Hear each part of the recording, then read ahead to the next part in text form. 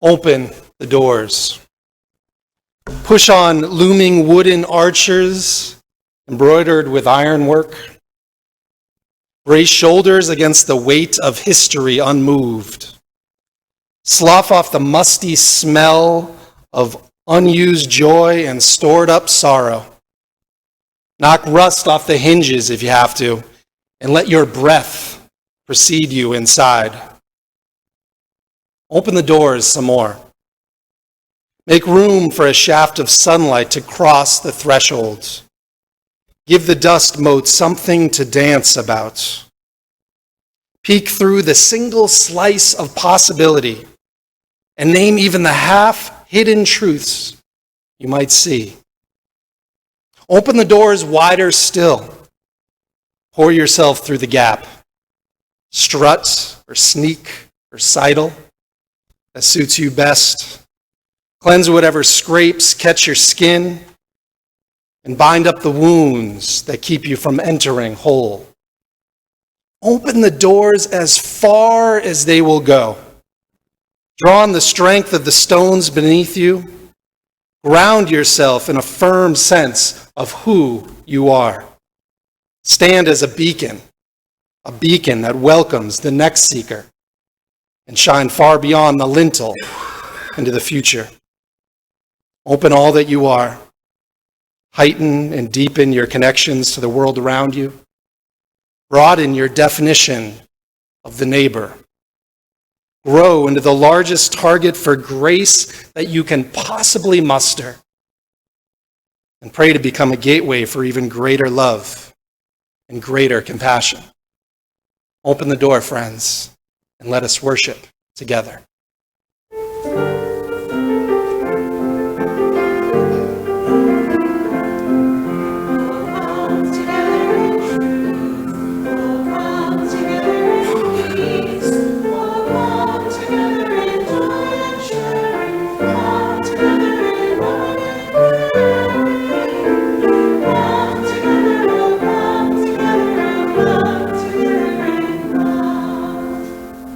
Please rise as you're willing and able for our opening hymn, number 113, there in your gray hymnal, Where is Our Holy Church?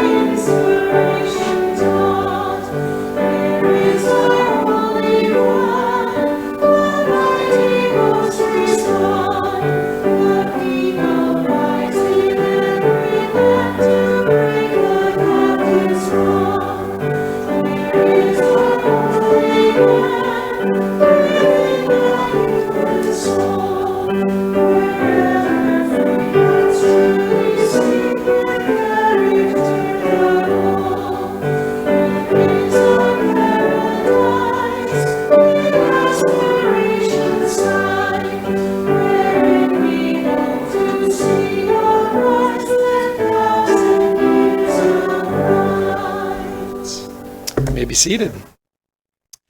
Now I'd invite forward Becca Cornett for the morning's reading.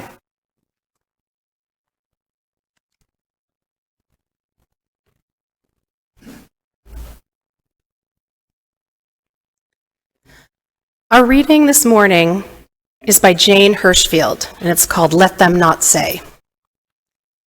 Let them not say, we did not see it. We saw. Let them not say, we did not hear it. We heard. Let them not say, they did not taste it. We ate. We trembled. Let them not say, it was not spoken, not written. We spoke. We witnessed with voices and hands. Let them not say, They did nothing. We did not enough. Let them say, as they must say something, a kerosene beauty, it burned. Let them say we warmed ourselves by it, read by its light, praised, and it burned. Thank you, Becca. Well, as some of you probably saw on Wednesday evening, President Biden gave a primetime address to the nation. He began just a few days ago, a little before 2:30 a.m. in the morning. A man smashed the back windows and broke into the home of the Speaker of the House. Speaker of the House, who's the third highest ranking official in America. He carried in his backpack zip ties, duct tape, rope, and a hammer. As he told the police, he had come looking for Nancy Pelosi. He came looking for her to take her hostage, to interrogate her, to threaten to break her kneecaps. But she wasn't there. Her husband, my friend Paul Pelosi, was home all alone. The assailant tried to take Paul hostage. He woke him up. He wanted to tie him up. The assailant ended by using a hammer to smash Paul's skull. Thankfully, by the grace of God, Paul survived.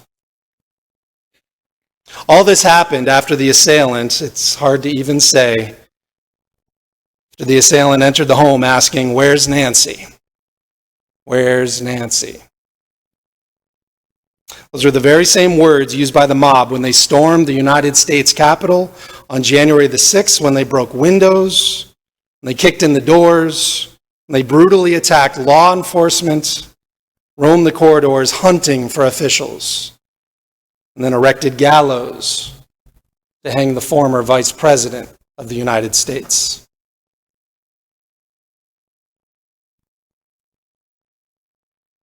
So I sat there watching our president relate this horrible incident in such graphic detail. For me, it brought back horrible memories of that day on January 6th in 2021. It's a historic day that will forever be marked as a low point in our democracy. A day that is so far outside of the norm that it's hard to even contextualize the effects of that day and the harm it's caused. Perhaps our children, my children, they might believe that this kind of thing happens from time to time, that this is somehow normal. For those of you who have lived longer, we know that this is an aberration. These violent attacks go far beyond political disagreement. These actions strike at the very heart of democracy. Now understand, I use President Biden's words here this morning in church very carefully. I am well aware that advocating for any political candidate is not allowed from the pulpit. That is not what I'm going to be doing this morning. You should all, of course, vote for whomever you think best aligns with your values. But, I believe what is at stake in the upcoming election on Tuesday, it's bigger. It's bigger than any specific candidate. It's bigger than any varying political position, any differing economic theory. This feels different. Different than anything I've experienced in my lifetime. See, on Tuesday, it seems that across the country, democracy itself is on the ballot. President Biden bluntly went on, American democracy is under attack because the defeated former president of the United States of America refused to accept the results of the 2020 election. He refuses to accept the will of the people. He refuses to accept the fact that he lost. He has abused his power and put the loyalty to himself before loyalty to the Constitution. And he's made a big lie an article of faith in the MAGA Republican Party, the minority of that party, he points out. And the great irony about the 2020 election is it's the most attacked election in our history. And yet, there is no election in our history that we can be more certain of the results. Every legal challenge that could have been brought was brought. Every recount that could have been undertaken was undertaken. Every recount confirmed the results. He says, wherever fact or evidence have been demanded, the big lie has been proven to be just that, a big lie, every single time. The words of our president. Today I would like to talk about what is happening in our country, not from a political perspective, but from a religious one. For our UU faith has 8 principles that we hold on to quite dearly. Our 5th UU principle is, quote, the right of conscience and the use of the democratic process within our congregation and in society at large. Now, this is a principle that is embodied here in our congregational polity. Polity is simply a fancy word that means the governance structure of a congregation. For as you all know, well, those of you who've been here for a while and are members, we have a semi-annual meeting and an annual meeting every year. And every member of the congregation votes on various measures. You all elect an executive board. You vote to call a new minister. Any major decisions of the congregation, you elect, you decide together. This congregation is an example of direct democracy, and an excellent one at that. Now, just imagine, if you will, if a majority of you voted for the new chair of the executive board, sorry, Bill, and the runner-up clearly lost. And we all know that because we saw how many hands went up. But that person refused to accept the vote and organized all of his pals to do everything in their power to become chair in an attempt to maybe make First Parish great again. Now, I imagine this kind of upheaval would tear the congregation apart. Our 5th UU principle, the right of conscience and the use of the democratic process within our congregations, is something that we take very seriously. For we all know, some of us better than others, what happens when authoritarianism takes hold. This Friday, we will be honoring our veterans here in the congregation for a Veterans Day vigil on the steps of the Meeting House. We thank them for their service because this wouldn't be here. None of this would be here if authoritarianism took hold. In the words of Michael E. Sallwasser, quote, free speech is the cornerstone of democracy. When repressive regimes seize power, speech is the first freedom they crush. When people rise up, it's because they are emboldened by speech that is free. So as people of faith, as Unitarian Universalists, we resist any attempt to stifle our democracy, to squash our votes, to soften our voice, to tell us that what we say and think doesn't matter. Because our voices do matter, our perspectives matter, our votes matter, for we know from our own experiences here at First Parish that the very best decisions that we make are the decisions that we make together. As any of you who have been coming to First Parish for a while, you know that I'm not terribly shy about sharing my own perspective. For I believe that our UU faith calls us to work to build a community, a country, a world with more equity, more justice, more compassion. Because for far too long, people who look and love like me white, straight, able-bodied, cisgendered males have taken and held on to too much power. That's a problem because it comes at the expense of everyone else. Not only is that power imbalance unethical, it runs counter to our fifth UU principle, a principle that tells us that democracy is where everyone is supposed to have equal rights, equal votes, to be treated with dignity, where everyone has an equal opportunity to succeed.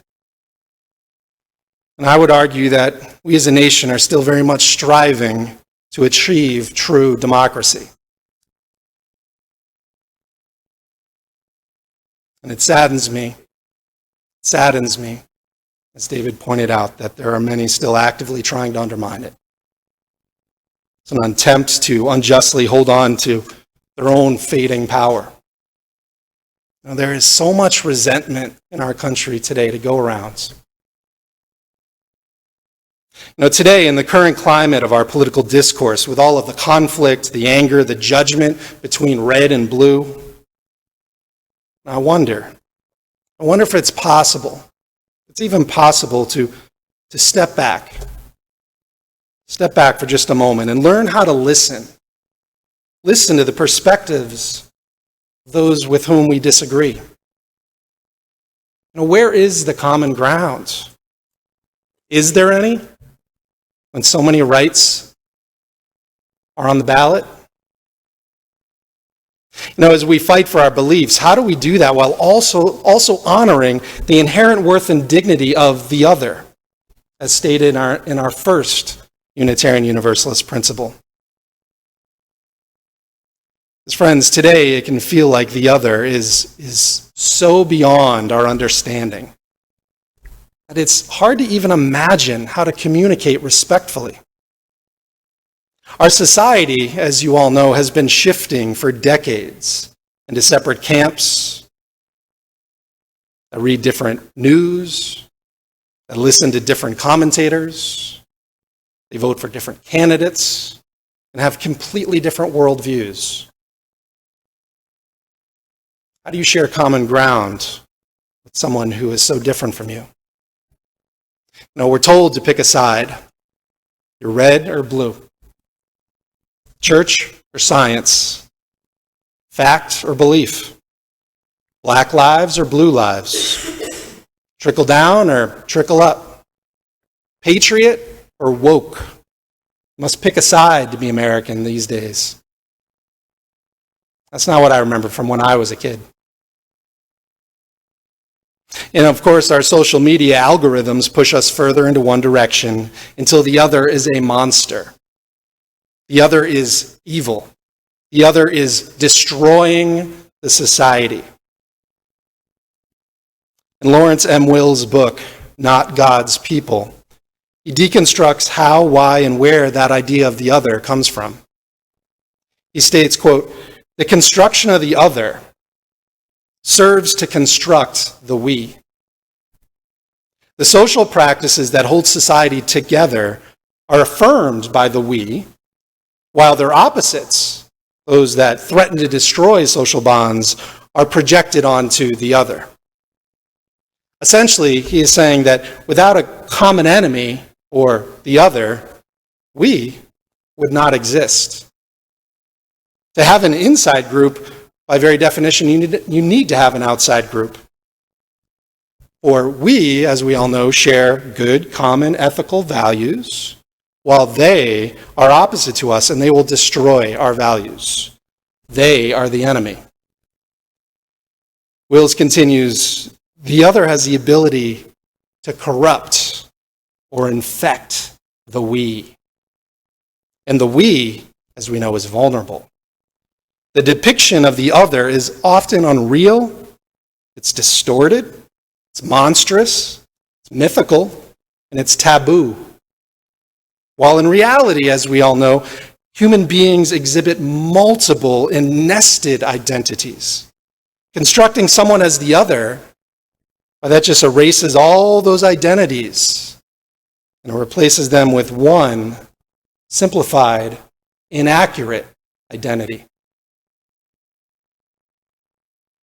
So as these MAGA Republicans, as President Biden calls them, stormed the Capitol or attacked Paul Pelosi in his home, I wonder what they might have been thinking. Because Wills is correct to point out that the depiction of the other is often unreal, distorted, and monstrous. But in reality, human beings exhibit multiple and nested identities. I wonder, what would cause someone to take up arms against those they see as an oppressor? Now, as I was thinking about that question, I recalled personally feeling outraged when the presidential election of 2000 was too close to call. Maybe some of you remember that. And then the outcome was decided by the Supreme Court, even though Al Gore had more of the popular vote count. It just seemed so unfair.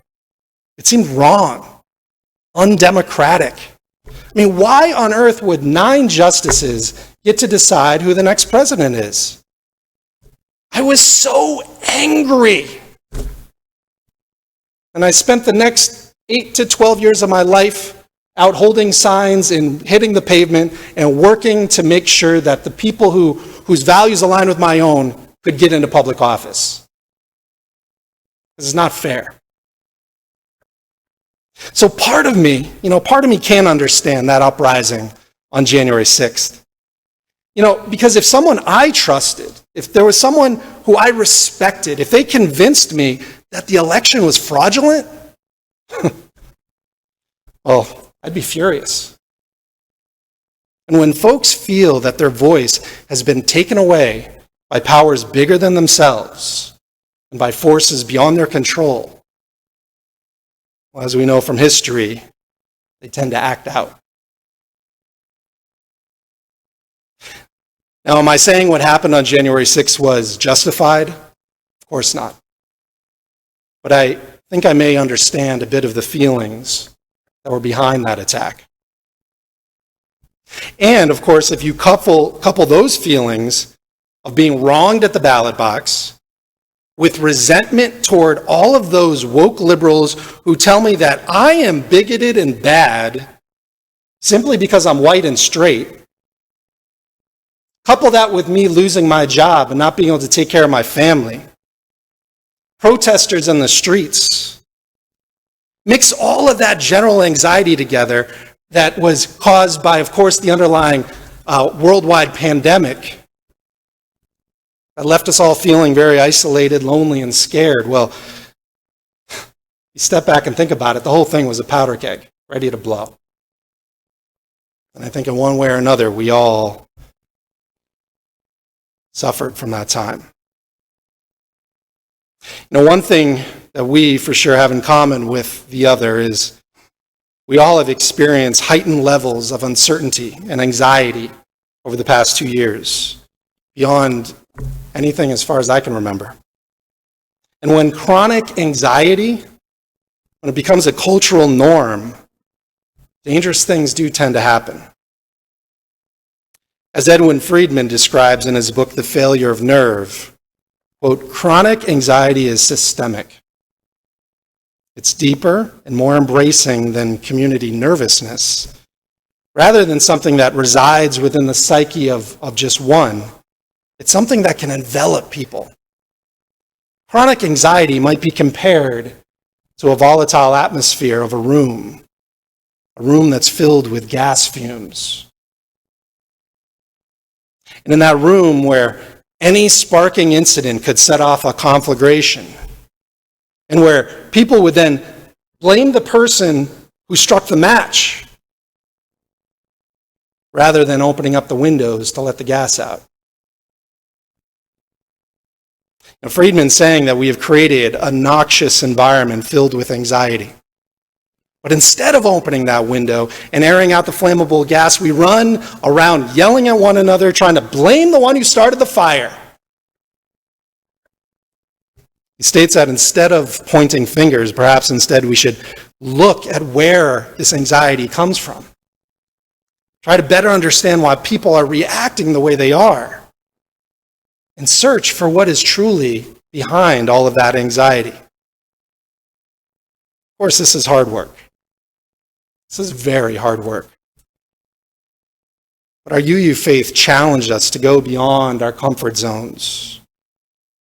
It challenges us with our second UU principle, the goal of justice, equity, and compassion in human relations. In doing so, we are called to compassion, to seek compassion and understanding for the oppressor as well as the oppressed, because both have inherent worth and dignity, as we all know from our first UU principle. Love thy neighbor as thyself. That's what we're called to do, especially now. It's the work of our faith tradition and our religious community. Building beloved community in our world, in our country, in our community, and here at First Parish. Creating together a place where we can think and be different and still be loved. Where we can mess up and cause harm and then learn from it and be redeemed. Where we can live with complexity and paradox and not rush in to try to fix it. Where there's an ever-abiding love that holds us all. That love is fierce and revolutionary. It doesn't promise that everything will be okay or that anything will be easy. It's the love that calls us into reconciliation and redemption. It's the love that calls us to compassion and justice. It's the love that transcends red and blue. It opens our hearts to the inherent worth and dignity found within the other. It's that love that shines with the most brilliant purple hue. A love that calls us to this grand adventure of being in beloved community. So may it be. Amen.